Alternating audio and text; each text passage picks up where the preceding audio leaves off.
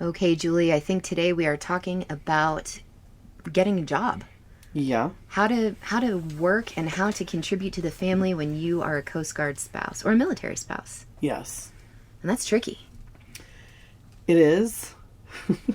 It is because so often we find ourselves not able to have like a career because we know that everywhere we go is so short term. It's a breath of time, and a lot of times people don't want to hire us. Yes. I think to have a career, you have to have almost a very specific job Right. in order to have like a career. Like you have to be a vet nurse. tech, Right. or a nurse, or a veterinarian, teacher. or a teacher, Right. or something where you have a very specialized set of skills. And if you don't have that, then your resume kind of looks like a hodgepodge of, MLM and Etsy. yeah, like different work experience. Like you could have like a bank teller, and then a bartender, and then a server, and then you've been a secretary at a tax office. Like there could be so many different things on your resume. It's like 20 pages long. Right. Because you just take whatever you can get. Right. No, I'm sometimes.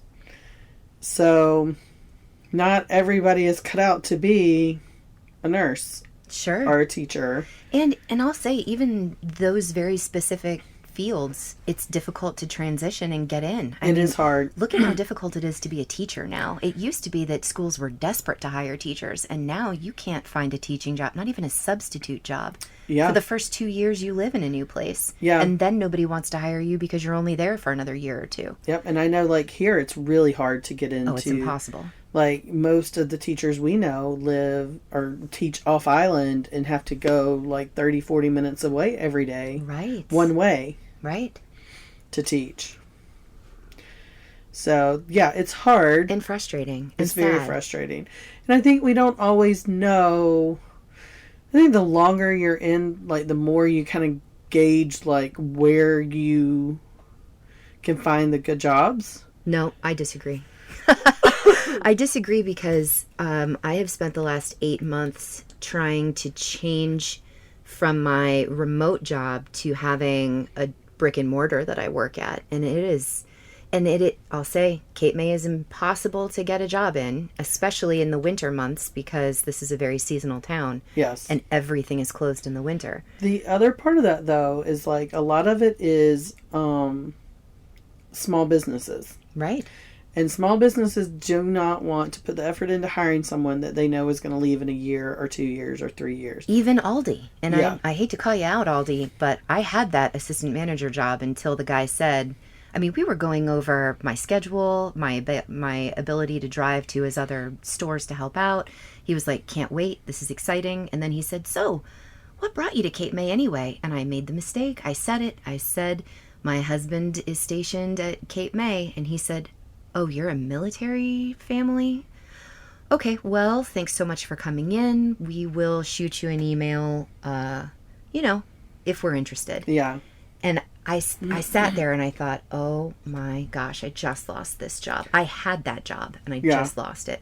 And I told him, we have 2 years. It's okay. Nope. He gave 0 F's about that. He was like, nope, I'm not going to put the time or the money into training you and bringing you onto the team just to have to fill your role again in 2 years. And see, that's a poor manager. Right? Because because the big box stores, right? The big group, the chain stuff that we have, right? Mm-hmm. And that is a poor manager, and I don't think that speaks to Aldi as much as it speaks to that manager.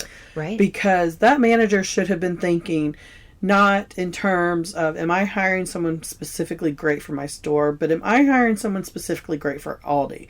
Because you could have moved and went to work at another Aldi. You know what? And I added that. I said, I just want to be part of the Aldi family. You guys are a chain. I can move with you. Because then I got desperate. The moment he gave me no, this is shut down. Yeah. I dove deep. I was like, look, I will move. I will stay with the family. Nope, it was done. He'd already decided. On the other side of that coin, there are some companies that are really great for military spouses. Sure. Lowe's being one of them. They are super accommodating for military They love having military members and their spouses work for them. I have worked for Lowe's. I first started working for Lowe's when we were in Traverse City, Michigan. And I had been working at a local bank, and I was getting nowhere. They weren't training me for anything. They were not allowing me to do anything but just be a teller. And I'm like, I cannot continue to do this. So I was like, I'll go apply at Lowe's. So I went to go apply at Lowe's, and I told them, I was like, I cannot take seasonal. It has to be permanent, because they were hiring seasonal at the time. It was the summer. And I was like, and I have to make at least what I'm making at the bank. They were like, okay. So not only did they say, we'll make you permanent, we'll give you more, and you can start in. So, and then I started to work for Lowe's, and I worked for them in Traverse City. And then when we moved to Jacksonville, the job that I did, they didn't have an opening at the store near where I was going to be in Jacksonville. But they created one, and I went into that position, and they just had an extra person. That's fantastic. And so Lowe's I have found Lowe's to always be extraordinarily accommodating. Well, that is excellent for our listeners who if you need are stuck. Yeah, they trained me in the manager. I did the manager program. And at no point did I ever have to lie or say, or not mention military. They all knew that my time there was limited, but they also knew that I worked for Lowe's, not for a store specifically. Right. And that the training I was receiving may not benefit their store, but it could benefit another store. And the only reason I quit was because we started trying to have our family. Like, we got real serious, and we had the kids, and so that's why I no longer work there. But now I'm going back. And now I'm going back in a remote position. That's fantastic. So, and it was never, I didn't have any issues. It was like, we love and telling them, I had to call and say, I'm moving, in the summer. And they were like, okay. I'm like, I'm going to need some time off. They're like, okay. Like, it's never, like, they were never did I feel like it was a pain. Never did I feel like they were, like, regretful that they hired me. Sure. Or had hired me back. So Lowe's has been wonderful. Now, that may not be everybody's story, but I will say Lowe's is a great company for military and for military spouses. I think that is fantastic information for our listeners who find themselves struggling in the same situation. And I know that you have a college degree. Yep. I do not have a college degree, but I have 25 years of experience working in corporate America. Well, not anymore, but in my early life, I worked in corporate America, and I was luckily of the generation that they didn't care about if you had a degree or not. They wanted work experience. And I was able to move up very quickly in the work-life world because I had so much experience. And when I married Mike and we decided to have Brennan, I quit the corporate world where I was doing super duper well and became a stay-at-home mom. And then we moved from California to Virginia, and I wanted to still be a stay-at-home mom. And I thought, well, now's the time to become one of those MLM home businesses. And while I didn't fall into the MLM thing, actually, I think I did. I think I did Stampin' Up! For a little while, the rubber stamps and greeting cards. I did fall into the MLM of that. And then that wasn't fun anymore. So then I decided to be my own boss and make my own jewelry company. And I think that's what a lot of us do is we're like, okay, can I learn to knit? Yeah. Can I make scarves? Can I, what skill, like acrylic paint? What can I make that I can sell at craft shows so that I can support my family, also be a stay-at-home mom, and be able to move everywhere with my spouse and start again in a brand new place? Yeah. We had our own business. Etsy's making it really difficult to do now. Etsy's making it very difficult. We had our own business, and it really just started with being in Jacksonville. We had, at the time, like, we had a big love for Disney, and so, like, there's these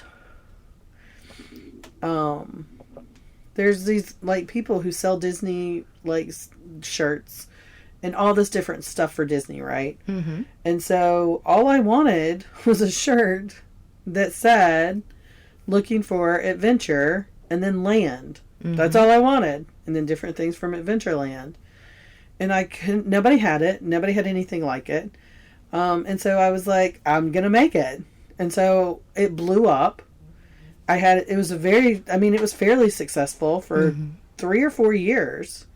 And then COVID hit and people stopped going to the park. So we kind of started like, it wasn't doing as well. And so we just got rid of the business. Sold all of our stuff. But I mean, we were printing our own shirts with our own direct-to-garment printer in our home, shipping everything out. Right. And doing all of that and doing well. But the boys hated it. Oh, I'm sure. Because they're like, you have to go do that again. And that's tough. And that's, I'm glad you brought that up. That's something that when we work from home, and we think we're working from home to support the family and stay home with the kids. And it's easy for me to work from home when my spouse has to move every 2, 3, 4 years. Yeah. But then your kids are like, why are you working? You should be home. Yeah. And it's that very difficult balance of separating work and home, but still trying to stay working at home. Yeah, because the other parent is usually at work, then comes home, and they're at home. Right. And so when you try and do it as the mom or, as the stay-at-home, it's harder because they're like, but you're home. Why are you not? Right. If you're working, you should be away. If you're home, you should be home. Mike and I built this cargo trailer that we're in right now so that I would have my own workspace. And it is absolutely customized to every need that I have to provide the work that I do periodically and the work I'm hoping to do one day more. And it has been so helpful to be able to get out of the house and quote unquote go to work. Yeah. Because I find working from home is wonderful, but my kids make it impossible. Yeah, we had to buy, with me starting this new job, I've had to buy a light to put on my door so that I can turn it on to be like, you cannot bother me right now, or you can bother me right now. Right. Last night, it happens, I think this is sort of like a running mom joke, but the moment my phone rings and I answer it, my kids lose their shit. Yeah. I don't know what happened. There's quiet, peaceful, harmonious living going on in our establishment. Yep. And then my phone rings and I say, hello. And the dog is barking. The kids are fighting. There's like banging and knocking into things. There's an argument. Somebody is yelling at the other sibling I don't want to walk the dog. It's your turn to walk the dog. Brennan, wash the dish. I already washed the dish. What? There was none of this happening until my phone rang. Yeah. And it sends me into a murderous mom rage. Yeah. Yeah, the boys have gotten very, like, if I'm on the phone. Like, they'll just walk in and start talking to me, and I'm like, I'm on the phone. Right, yeah. And I'll be, like, talking to John, but they'll walk in and start talking. I'm like, I'm on the phone. And they're like, but it's Dad. And I'm like, it doesn't matter who I'm on the phone with. Right. I don't care if I was talking to you on the phone and your brother walked in. Don't interrupt. Like, right. Yeah, that's hard. And it's going to be, I know there's going to be growing pains for us. Oh, sure. But, it starts next week for you. Starts next week. I'm excited and nervous. Luckily, I'm doing the same job I did. They used to have the job in store. They've taken it out of store, and now I'm doing it remotely. So I get to do it fully remote. So at least it's not, like, all brand new material. Exactly. At least it's something I know what to expect. Like, I know what I'm doing, but now I just have to learn it as remote. Which is good because I don't have to do I don't have to work a register anymore. That's wonderful. Yeah, I don't have to do code 3s anymore. Right. Oh, man.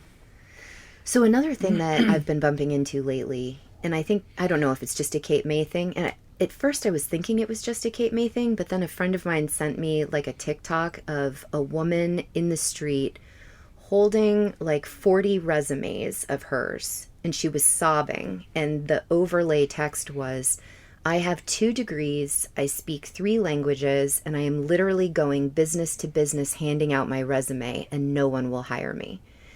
And I got to tell you, I felt so relieved by that, because I thought it was just a Cape May thing.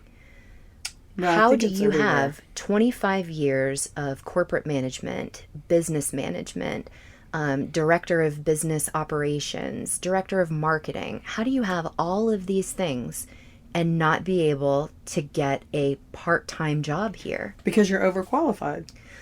Well, is it that, or is it because I'm a military spouse? I think sometimes when you get into, I think it's both. I think they see the military spouse and they're like, well, that's not such a big deal because this is part-time. But when they start to see, like, you have all this stuff, they're like, oh, well, she's overqualified. So they assume that you're going to hate the job, I guess. Or, because obviously you can do the job, right? Right. That's not the problem. Yeah, don't tell me I can't scrub a toilet. So then if you're trying to choose between this highly educated person, right, military spouse, and you're trying, and then you have this other military spouse who does not have the education and maybe doesn't have the extensive work history, but and all you're doing is hiring for a part-time cashier.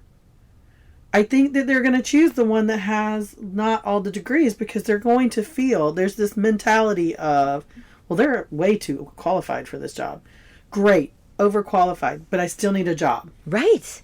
If I'm applying, I'm willing to do the job. Exactly. That's what I feel like employers don't understand. Yeah, if we're applying for the job, we're willing to do the job. You need me to scrub a toilet and fold some laundry? I'm here to do that because I've gotten to the place in my desperation where I am willing to do anything if I'm applying for the job. Yeah. And I feel like a lot of us have gotten to that place at, I don't know, maybe now or at some point in our military spouse life, we have gotten to the place where we have thought, okay, times are desperate.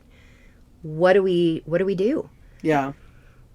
So I feel very strongly that getting a job as a military spouse is so overwhelming and depressing. Yeah. And it's why I think MLMs, so many military spouses turn to those. Oh, of course. Because they're in control of all of that. I mean, look at LuLaRoe. And when we lived in Staten Island, every fourth military spouse was a LuLaRoe seller. Yeah. And, you wanted to buy from everybody because you wanted to support every single military spouse. But at the same time, you're like, I don't need 47 pairs of leggings. Right. And then that just disappeared. Well, I don't want to say disappeared because I think it might still exist, but... No, I think it's gone. Is it gone? Wasn't Sister Wives, wasn't one of them still selling it? I don't know. There's a documentary on Netflix about it. You should watch it. It's really good. I did. It's really good. Stephanie and I will have to do an episode on documentaries. Rich or something like that? Yeah. Oh, my God. Yeah, we do. That's a good topic. But yeah, we all fell into that MLM thing at one point, I think. I mean, think of how many people that sell Arbonne and whatever other skincare routine. Is Mary Kay still a thing? I think it is. And yeah. LuLaRoe, there's a candle thing that everybody was doing at one point. Yeah. Now everybody makes their own soap. Oh, Scentsy. Yeah. Oh my gosh, and the doTERRAs? Yeah, the essential oils. Yeah. Yeah. And part of me is like, oh God, not another one. And you want to support your people. But then again, you want to support the military spouses. So it's like, yes, okay, I'll take that eucalyptus essential oil. Right. And then you have to preface it with listen, I want to buy from you to support you, but please do not try to recruit me into your MLM. Yeah. I'm not going to be doing that. But then having been in an MLM, that the only way that you can really support them is to join the MLM so that they can be... But if you're not producing, you're not really supporting them. I know. And then how difficult is that in your little military spouse housing career? You can only sell to the same 16 people, and then they turn into 8 people, and then they turn into 4, and you're like, please, I need to make my quota, which is stress. Yeah. Are we singing a song you recognize? I feel like people are going to resonate with this because I feel like we've all fallen into it at some point. Yeah. I think we all have, and we all know the struggle. Mm-hmm. I think that we have pretty much all been there where it is, I'm not hireable. Right. And so then you're looking at craft shows. Yeah. And you're scouting craft shows all seasons of the year. Are they indoor? Are they outdoor? Yeah. Do I have a pop-up tent in case it's outdoor? And then it's the same 6 people selling T-shirts, candles, soap, mugs. Yeah. Because when we were doing shirts, there's somebody new popped up every week selling like Disney inspired shirts. Right. And so it just got, and then I got really frustrated with the whole, like, there's a whole nother reason that I quit, but the competition was insane. Oh, it's insanity.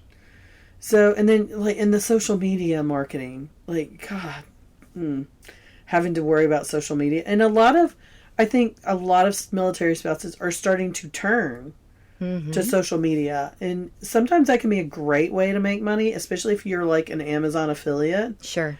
And if you could work that and do that and learn how to like make that work for you and your family, that's a great thing to do. Right. Oh my gosh, that's so crazy. So Mike was just telling me that he knows of a member here who he and his spouse have an Amazon affiliate thing. They do drop shipping.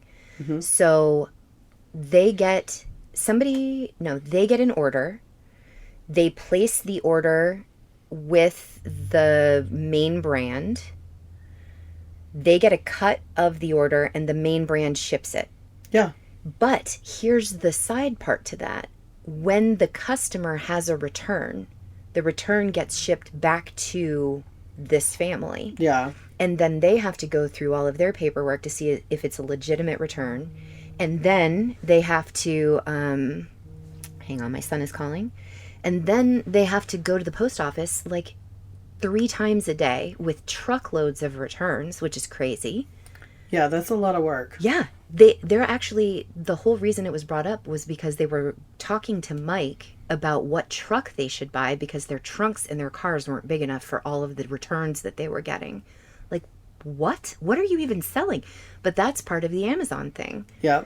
And that's how she makes like $30,000 to $40,000 a year is by being an Amazon affiliate dropshipper. Yeah. And you can also, and then you also have like the affiliate links. So like if you were on TikTok or Instagram or Facebook and you're using certain products, you can link those products through your Amazon account, and when they purchase, you get part of that back. Okay, so I'm going to talk about that for a second because we did attempt that last year. You only get a certain percentage on certain products. It's not on everything. Nope. And it's like 30 cents here, 67 cents here, maybe $1 on something else. And the things that you really want to like pimp, or shouldn't say pimp, I should say support. The things you really want to support and tell everybody like this is an amazing product, those are not even the things that you get compensation back. Nope. It's just these very specific things. And Amazon sends you an email and says, here are your specific things, and you'll get like $2 back. Yeah. What? That is crazy.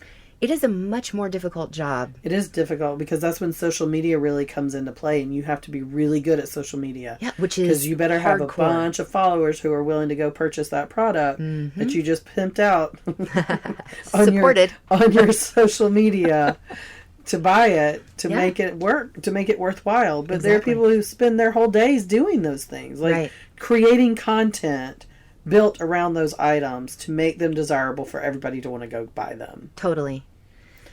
And so if you're not going to be that guy, what else can you do? And now it's like, okay, well, what random talent do I have? Yeah. Like I learned how to metal stamp jewelry and become a personalized hand stamper because I thought, well, this is something I can do from my little cargo trailer anywhere we move, and I can sell all over the world. And that was great for a while. And then the market got saturated with hand stampers. Yeah. So then I thought, well, I'll create a brand of hand stamps. And I met with a machinist, and we became a huge thing. And now the company is slowly going downhill because the economy is going downhill. Yeah. So now what do you do? So you're constantly in this rat race, I think, as a military spouse, just trying to come up with the next thing. Yeah, I feel like we're always hustling. Right? I feel like sometimes it's a hustle to try and like make it work. Yeah. Oh my gosh, I knew a Navy spouse who sold sex toys. She was in an MLM thing. I don't even remember the brand, but she used to have us over for these parties, and it sounds more scandalous than it is, but it was like if you were to go to hear whatever Tupperware. Yeah, it was like a Tupperware party. Yeah. But instead it was with sex toys everywhere. Different kind of plastic. Yes. And somebody would come with somebody would arrive with a suitcase full of accessories and there would be a thing stuck to the door that, and suction cupped to the door to indicate that that's the hilarious house that you're showing up at. What? But that's part of the MLM hustle. At some point, you do what you got to do to sell the things to sell. Yeah, and two, you've got to find the one that not everybody else is doing. Right. Right. Nobody was doing Nobody that one. was doing that one. But wow. But let's also really quickly talk about how do you support your friend who's selling sex toys? Because you want to support her, but also what? And then when you sit down with her and you're like, okay, yeah, I guess I'll buy something. Yeah. Now she knows what you've got, man. Exactly. And that's also, look, I'm a prude. I'll admit it. I am super prudish. You are a prude.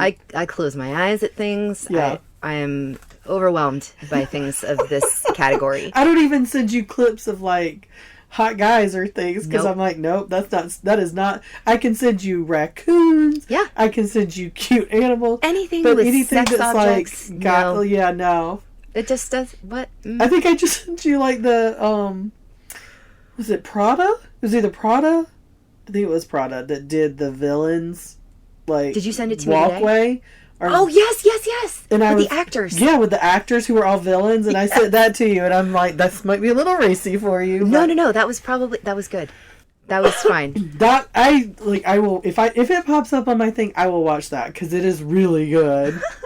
Gary Oldman's dang. That is hilarious.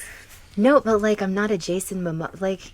Yeah. We were just watching Reacher, and he's forever with his shirt off, and I'm like, Jesus, doesn't this guy own a shirt? We were watching Richard too, when he does his face, all his makeup, he puts on all the green camouflage stuff, Yes. getting ready, Yeah. and he's shirtless, and John's like, oh, I bet you're enjoying this. I'm like, I just want to know how he gets it all off. How does he get all the camouflage stuff off his face? And John just died laughing because here he is in this shirtless scene, right? Yeah. And all I'm worried about is what makeup remover does he use for that? Right, and then he just gets in the shower and And then it uses washes water. off, and I'm like, no. Washes off with water. Yeah, and I'm like, no.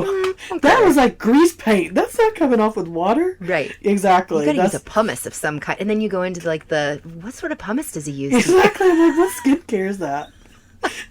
Is he using an oil cleanser to get it all off first and then go in? Does he do 2 cleanses? Right. Yeah, that no, was my totally thought with you. process. I wasn't worried about him shirtless. No. I want to know how he gets it off. Yeah. How he gets the face paint off. I'm totally with you. Yeah. But now I also think my old friend is probably wondering, does she still have that vibrator? And no, I don't. I got rid of that pretty quickly. I used it to stir my coffee. To froth. Yeah, it was my frother. And this podcast took a turn. But I promise it was about an MLM. And I'm also curious, did anybody else sell sex toys for their MLM? Yeah, that's crazy. That's what I can say I never went to. You got to support each other, right? We do. Even if it's can a I different place branch. this order privately online and just put your code in? No. But No, then they're it needed to be delivering placed- it to you in a basket. No, it needed because she needed to get the credit that night Yeah. for the sales of the party. So you had to buy something. Yeah. I would have tablets and be like, here, ladies, place your order tonight. All right, and that brings us to the end of our podcast today about the desperation of finding a job as a military spouse. Tell us about your experience and do you have any good employers that you can? Right, somebody big though, like Lowe's, so that we aren't all trying to compete with one. And listen, I'm going to say this: we do not compete with one another. We all celebrate and support one another.